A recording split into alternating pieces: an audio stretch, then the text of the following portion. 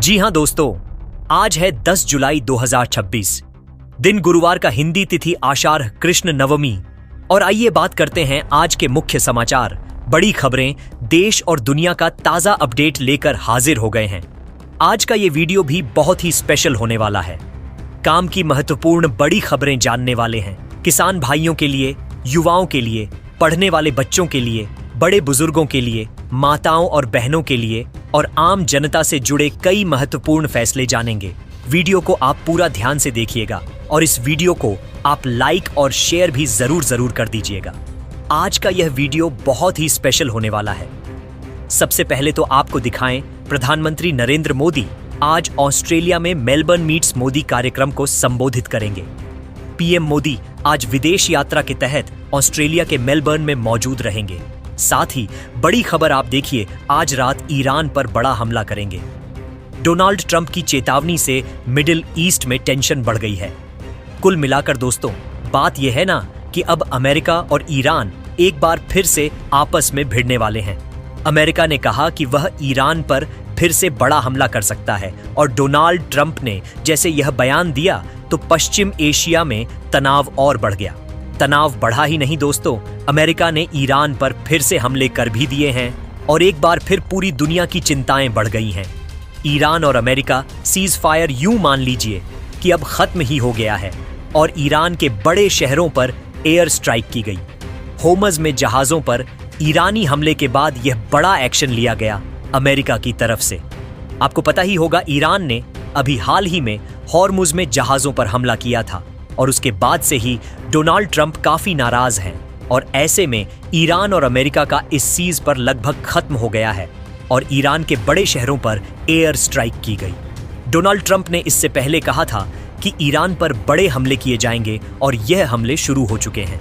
Donald Trump ने यह भी कहा कि ईरान की किल लिस्ट में मैं नंबर 1 पर हूं और मुझे इसकी कोई भी परवाह नहीं है।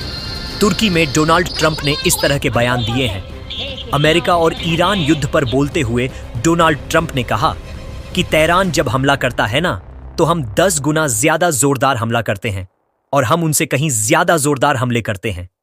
हमारे पास उनसे कहीं बेहतर हथियार हैं।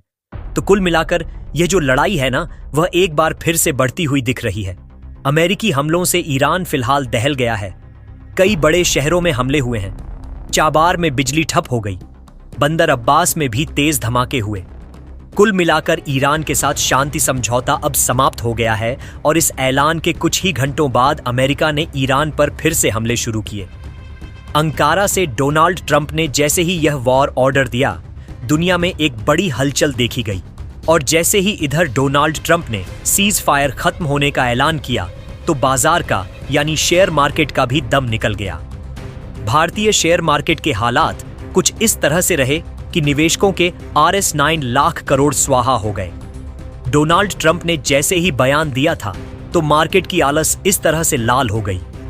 शेयर बाजार में 1700 अंकों से ज्यादा की गिरावट देखने को मिली। कच्चे तेल की कीमतों में 5% से ज्यादा का इजाफा हो गया। तो अब आप देखिए किस तरह से माहौल अभी बन गया है। बाजार में बड़ा भूचाल आ गया है। फिजिकली हमले भी शुरू हो गए हैं। ईरान में एयर स्ट्राइकें हो रही हैं। गोल्ड और सिल्वर क्रैश हो गए। एक ही दिन में RS 10,000 तक चांदी सस्ती हुई और इधर 8 सैनिकों की मौत हो जाने के बाद ईरान भी भड़क गया है। ईरान ने कहा कि कोई भी अमेरिकी सैनिक जिंदा नहीं लौटेगा। बात यह है ना कि अमेरिका और ईरान के बीच मिडिल ईस्ट में एक बार फिर लड़ाई शुरू हो चुकी है और शुरुआती दौर पर जो खबरें आ रही हैं उसमें अमेरिकी हमलों में 8 ईरानी सैनिक मारे गए हैं और इसी बीच अमेरिका ने भी यह चेतावनी दी है कि अमेरिका अगर खार्ग द्वीप पर हमला करता है तो एक भी अमेरिकी सैनिक जिंदा वापस नहीं लौटेगा।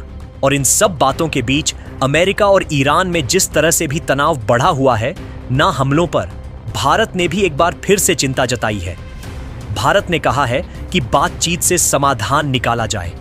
भारत ने सभी पक्षों से संयम बरतने, तनाव कम करने और नागरिकों की सुरक्षा सुनिश्चित करने के साथ साथ ऊर्जा आपूर्ति और वाणिज्य के निर्बाध प्रवाह को बनाए रखने का आग्रह किया है।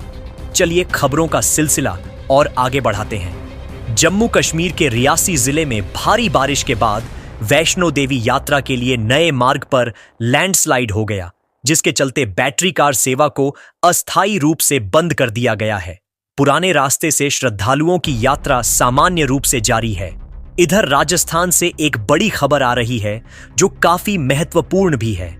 डिलीवरी के दौरान इस्तेमाल होने वाली एक और दवा फेल हो गई है और ऐसे में इस दवा को पूरे राजस्थान में बैन कर दिया गया है। कोटा के न्यू मेडिकल कॉलेज हॉस्पिटल में गर्भवती महिलाओं की मौत की जांच के बीच यह बड़ी जानकारी सामने आई। डिलीवरी के दौरान इस्तेमाल होने वाली डाइनोप्रोस्टोन जेल क्वालिटी जांच में फेल हो गई है और इस रिपोर्ट के सामने आते ही संबंधित बैच की सप्लाई पूरे राजस्थान में रोक दी गई है। दवाइयों की जांच लगातार जारी है। इधर बड़ी खबर, उत्तर प्रदेश में एक रिटायर्ड एआरटीओ के घर पर 13 किलो सोना मिला, 9 किलो चांदी मिली। विजिलेंस के छापेमारियों में हीरे भी मिले। दीवारों और पैकेटों में RS 1 करोड़ 62 लाख का केस भी छिपाया गया।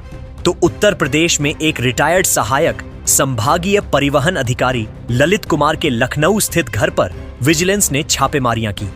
करीब 26 घंटे चली इस छापेमारी में सोने, चांदी, हीरे के जवाहरात शामिल हुए।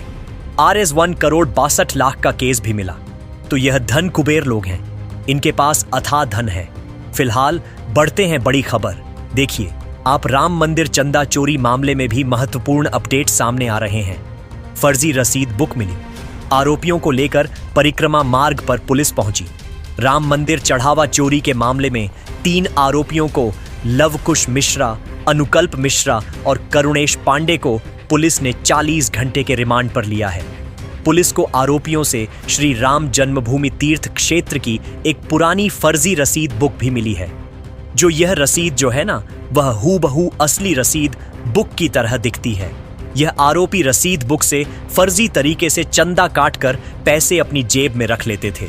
और इधर आप बड़ी खबर देखिए, अयोध्या राम मंदिर चलावा चोरी मामले में टिन्नू यादव की भी महत्वपूर्ण भूमिका बताई जा रही है, जिन्होंने पूर्व महासचिव चंपत राय का विश्वासघात किया। फिलहाल आप देखिए, चंपत राय को ट्रस्ट ने महापुरुष बताया है और राम मंदिर चंदा चोरी में टीनू यादव और सुभाष श्रीवास्तव असली विलेन बताए गए हैं। सुभाष श्रीवास्तव गणना कक्ष के प्रभारी थे, जो सुरक्षा चूक के लिए जिम्मेदार हैं। जांच में कई तरह की प्रशासनिक खामियां भी सामने आई हैं।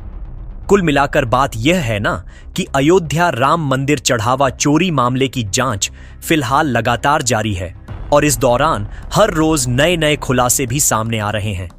ट्रस्ट की तरफ से चंपत राय को तो फिलहाल क्लीन चिट दे दी गई है। ट्रस्ट ने उन्हें महापुरुष बताते हुए साफ कहा है कि भाई, इस मामले में उनकी कोई गलती नहीं है। इधर बड़ी खबर आप देखिए, राम मंदिर चरावा चोरी मामले को लेकर सरकार और ट्रस्ट पर निशाना साध रहे लोगों पर सीएम योगी आदित्यनाथ जमकर बरसे। उन्होंने एक सभा को संबोधित करते हुए विपक्ष पर निशाना साधा।